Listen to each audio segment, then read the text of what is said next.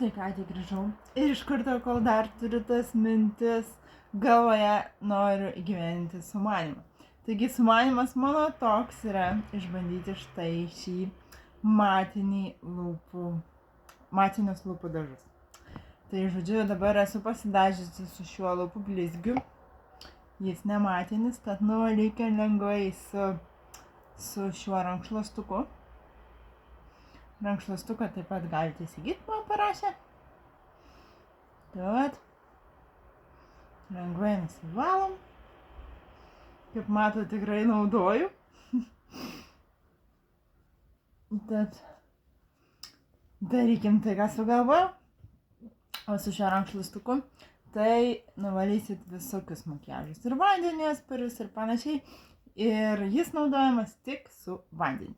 Na tai atsidarykim šitą spalvą, kuri yra 15 numeris. Ir pažiūrėkim, kaip jie atrodys ant mano lūpų. Kaip būna, žinot, iš karto sumastai, tad iš karto reikia ir įgyvendinti šitą planą, nes paskui tiesiog mintis paima ir išeina.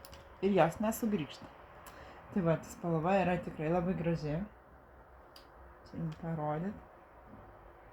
Saulė labai gražiai apšviečia. Na, tai pažiūrėkim, kaip jie ant lūpų atrodo. O koksai fainas, patogus šepetėlis.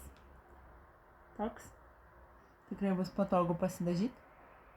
Ir žinoma, tikiuosi neišsitepliot. Tad, aišku, reikia dar... kaip ryšku. Reikia ir pataikyti. Kaip kvepia skaniai. Nu tai va. Štai ir pasidažiau. Tikrai graži spalva. Nu. Ar tinkama? Nu vis tiek. Kreivai biški, bet nieko. Mes turim rankšluostuką. Ir problemos kaip ne būta. Štai. Labai gražu. Ir tai yra spalva, kaip jau sakiau, 15 numeris. Tad visai faina. Norite jūs? Parašykit.